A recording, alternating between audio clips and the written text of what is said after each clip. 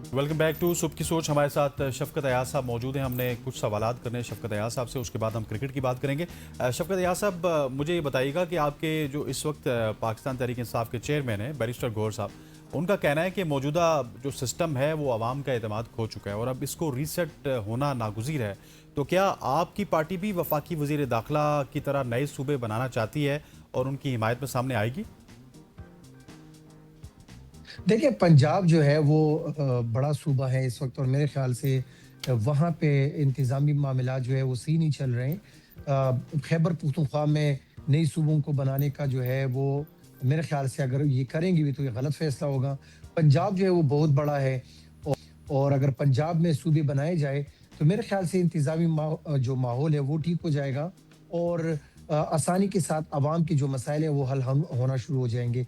और इमरान खान साहब ने भी तब ये कहा था कि जो पंजाब है उसमें डिवीज़न जो है 4 वो बहुत बड़े हैं। अगर वो सूबे बना दिए जाएँ तो मेरे ख़्याल से वो भी पार्टी जो है वो फ़ैसला करेगी। इमरान खान बाहर आ रहे हैं, इंशाल्लाह वो फ़ैसला करेंगे कि अगर अवाम के लिए इसमें फ़ायदा है तो फिर करें। लेकिन अगर अवाम को फ़ायदा मकसद नहीं है और सिर्फ़ ये है कि बस चीफ मिनिस्टर्स बने, चीफ सेक्रेटरीज़ बने, ब्यूरोक्रेसी जो है वो ज़्यादा तादाद में आए, तो उससे बेहतर ये है कि अवाम की सही। रिलीफ की बात हो जाए। अगर अवाम को रिलीफ इससे मिल सकता है तो सही। फिर अच्छा बेशक शफ़क़त साहब, बनाएँ। अब ये तो एक अलग बात है। इसके साथ अब वज़ीर-ए-आज़म के खिलाफ तहरीक एतमाद लाने की भी बातें हम सुन रहे हैं। फिर इत्तेहादी जमातें वो भी मुशावरत की बात कर रहे हैं कि आपसे भी राब्ते हो सकते हैं। तो अब पीटीआई पीपल्स पार्टी से जेयूआईफे या फिर दीगर ऑपोजिशन जमातों के साथ कोई बाज़ाब्ता तौर पर आप लोग राबतों का आगाज़ करने जा रहे हैं या फिर हो रही है बैक डोर पे कुछ ना कुछ बातें? पहली बात तो ये है कि आप मुझे ये बताएँ कि शहबाज शरीफ और उनकी हुकूमत क्या अवाम के वोटों से आए के बैठे हुए हैं? ये नहीं हो सकता कि अभी मोहसिन नकवी साहब जिनका जो खुद इलेक्टेड नहीं है, जिनका खुद अवाम से कोई वास्ता नहीं है, वो ऐसे ऐसे कैसे कह सकता है कि ये मुल्क जो है ना चल नहीं रहा है? वो तो हम भी कह रहे थे, लेकिन आपने 3 साल फिर फ़ायदे क्यों लिए?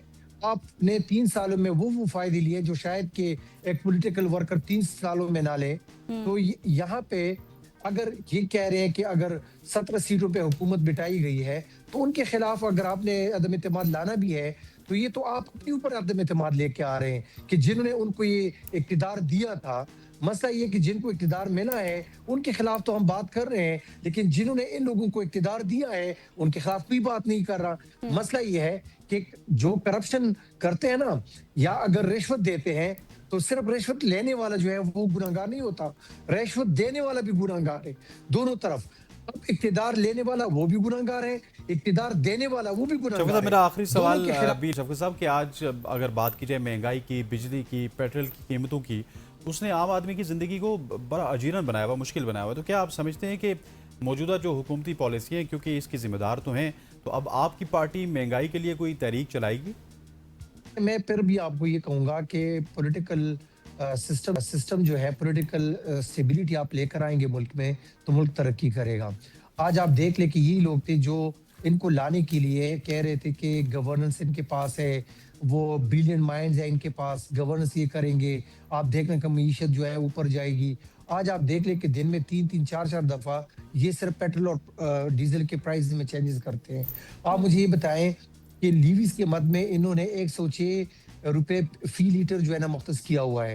हालाँकि अगर आप देख रहे तो इंटरनेशनल मार्केट में फ़ी बैरल जो है इसकी कीमत कम है बनिस्बत कोरोना में जब की कीमत थे। लेकिन मसला ये है कि इनके पास गवर्नेंस नहीं है।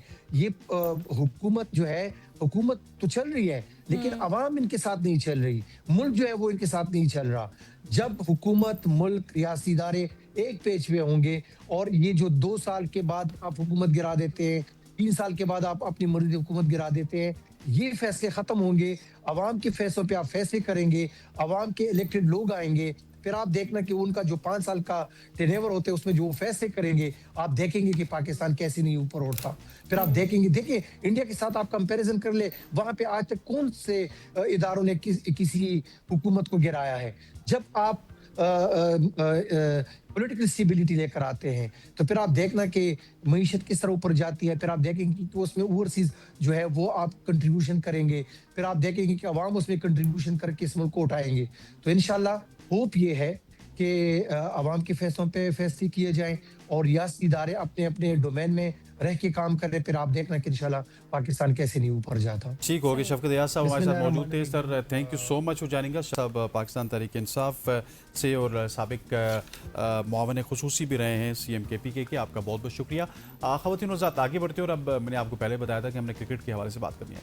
वेस्ट इंडीज़ ने 2 टेस्ट मैचेस की सीरीज़ के आखिरी मैच के तीसरे दिन पाकिस्तान के खिलाफ दूसरी इनिंग्स 6 विकेट पर 103 रन बना लिए और मेहमान टीम के खिलाफ 60 रन की बढ़तरी हासिल हो गई है। उनको पोर्ट ऑफ स्पेन टेस्ट के तीसरे दिन पाकिस्तान ने 266 रन 2 विकेट से अपनी पहली इनिंग्स का आगाज़ किया। कप्तान बाबर आजम 88 रन बनाकर रन आउट हुए। डेब्यू करने वाले अवैस जफर और सलमान अली आगा 0 और मोहम्मद रिजवान 18 रन बनाकर आउट हुए। साजिद खान ने अब्दुल्ला शफी के साथ मिलकर स्कोर को 370 तक पहुंचाया। फिर साजिद खान 30 रन बनाकर आउट हुए। अली उस्मान ने 10 रन बनाए। उबैद शाह और मोहम्मद अली 0 पर आउट हुए। अब्दुल्ला शफीक 160 रन की इनिंग्स खेलकर नाकाबिले शिकस्त रहे। यूँ पाकिस्तान की पूरी टीम पहली इनिंग्स में वेस्ट इंडीज़ के खिलाफ 344 रन के जवाब में 387 रन बना सकी और 43 रन की बढ़तरी हासिल की। वेस्ट इंडीज़ ने पाकिस्तान के 43 रन के खसारे से दूसरी इनिंग्स का आगाज़ किया। वेस्ट इंडीज़ का टॉप ऑर्डर पाकिस्तानी बॉलर्स के सामने जमकर बैटिंग न कर सका और एक के बाद एक बैटर पवेलियन लौट गया। तीसरे दिन के इख्तिताम तक वेस्ट इंडीज़ ने 6 विकेट के नुकसान पर 103 रन बना लिए थे और इसे पाकिस्तान के खिलाफ दूसरी इनिंग्स में 60 रन की बढ़तरी वेस्ट इंडीज़ को हासिल है। और दूसरी इनिंग्स में पाकिस्तान की जानिब से अगर बात की जाए बॉलिंग की, तो साजिद खान ने 4 और अली उस्मान ने 2 खिलाड़ी को आउट किया। बिल्कुल जी, और इसी पर बात करने के लिए हमें ज्वाइन कर चुके हैं राना साजिद साहब। आप स्पोर्ट्स हैं। Thank you so much Sajid for your time. सबसे पहले हम बात करेंगे अब्दुल्ला शफीक के हवाले से, जो असल स्क्वाड का हिस्सा तो नहीं थे, लेकिन फिर सीरीज के दौरान उनको मौका मिला और आते ही उन्होंने 160 रन की शानदार इनिंग्स खेल दी। तो आप उनकी परफॉर्मेंस को कैसे देख रहे हैं? सबसे पहले इनवाइट करने के लिए, और डेफिनेटली फर्स्ट टेस्ट मैच में और सेकंड टेस्ट मैच में जो डिफरेंस है ना, वो सिर्फ अब्दुल्ला शफीक का ही है, क्योंकि पाकिस्तान ने पहले टेस्ट मैच में भी जो रन्स किए थे उसमें शान मसूद की सेंचुरी आपको याद होगी, लेकिन उसमें 150 के बाद जो रन्स हुए अब्दुल्ला शफीक की जानब से, वही जो है वो 43 रन्स की जो लीड पाकिस्तान ने हासिल की है, वही डिफरेंस आएगा। और मेरे ख्याल से कैरिबियन सरजमीन पे जो है तकरीबन 49 ईयर के बाद कोई भी पाकिस्तानी बैटर जो है 150 रन स्कोर करने में कामयाब हुआ है। तो अब्दुल्ला शफीक के बारे में तो ये कहा जाता है वो एक किताबी बैटर है, मतलब बड़ी जबरदस्त टेक्निक के साथ बैटिंग भी करते हैं। और कल हमने देखा सारा दिन उनकी जिस अंदाज से बैटिंग रही है वो नॉट आउट भी रही है, और कोई भी उनके ऊपर कोई अपील नहीं हुई, कोई उस तरह की कोई उन्होंने लूज बॉल नहीं खेली जिससे उनको प्रॉब्लम आई हो। मतलब वो पूरी तरह से वेस्ट इंडीज के बॉलर के अगेंस्ट छाए हुए थे। और इवन जुमैल वरिकन के अगेंस्ट जो कदमों का इस्तेमाल करते हुए जो है हिटिंग भी की और साथ साथ बड़ी कॉन्फिडेंस दिखाई दी। और स्पेशली ये नहीं है कि अब्दुल्ला शफीक से पहले जो है वो परफॉर्म नहीं कर पाए, उनको चांसेस मिले हैं लेकिन आउट ऑफ रिदम थे। अब गुड लक वही हुई, जिस तरह आप कह रहे हैं वो टीम में हिस्सा नहीं थे, लेकिन उनको जो है वो कॉल किया गया, बुलाया गया, उसके बाद उन्होंने इस मौके का भरपूर फायदा उठाया और उसमें जो है वो रन करने में कामयाब हुए। और मेरे ख्याल से यही जो 43 रन की लीड है वो पाकिस्तान और वेस्ट इंडीज के दरमियान इस मैच की जो विनिंग ट्रैक की बुनियाद भी बनेंगी, क्योंकि लास्ट मैच में आपको याद होगा पाकिस्तान जो है वो 281 रन के बाद जो है वो पहली इनिंग्स अपनी खत्म करने में हुआ था। उसके बाद यही लीड उनको मिली थी वेस्ट इंडीज को, तो वेस्ट इंडीज ने इस लीड को सामने रखते हुए अपनी जो है वो स्ट्रेंथ बढ़ाई और मैच विनिंग ट्रैक पे आए। और आज भी अगर देखा जाए इस वक्त जो है वेस्ट इंडीज अगर 6 खिलाड़ी आउट हो चुके हैं और उनके पास अभी ब्रैंडन किंग बाकी हैं, जो कि उनके ओपनिंग बल्लेबाज भी इंजर्ड हुए थे। अब देखना ही वो बैटिंग करने के लिए आते हैं या नहीं आते, लेकिन बड़ा इंपॉर्टेंट होगा उनका रोल भी और किस अंदाज से वो अपनी बैटिंग को लेकर चलते हैं। तो I think so Abdullah Shafique is the key player इस मैच के। साहिद साहब मुझे ये बताइएगा कि पाकिस्तान 2 डिपार्टमेंट्स में बहुत ही खराब कारकर्दगी दे रहा है 2024 से ऑनवर्ड की बात कीजिए या 2023 से ऑनवर्ड।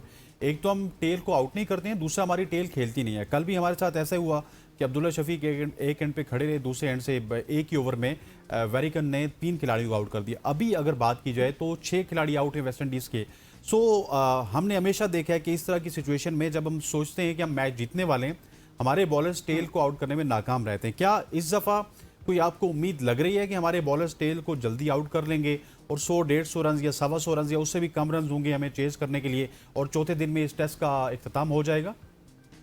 अच्छा, उस टाइम पहले पाकिस्तानी टेल की बात कर लेते हैं। आप मेरे ख्याल से हमें पाकिस्तानी टेल पे इतना डिपेंड करना भी नहीं चाहिए। आप अपने मिडिल ऑर्डर को देखें ना, सलमान अली आगा क्या कर रहे हैं, रिजवान मोस्ट एक्सपीरियंस बल्लेबाज है, वो क्या कर रहे हैं, उनकी जिम्मेदारी नहीं है। मतलब आप ये माइंडसेट के साथ बैठेंगे कि हमारी टेल आगे अगर हमें बचाएगी या कोई इस तरह के रन्स करेगी, तो फिर मेरे ख्याल से सबसे बड़ा प्रॉब्लम यही है कि आप अपनी बैटिंग के ऊपर फोकस नहीं कर रहे।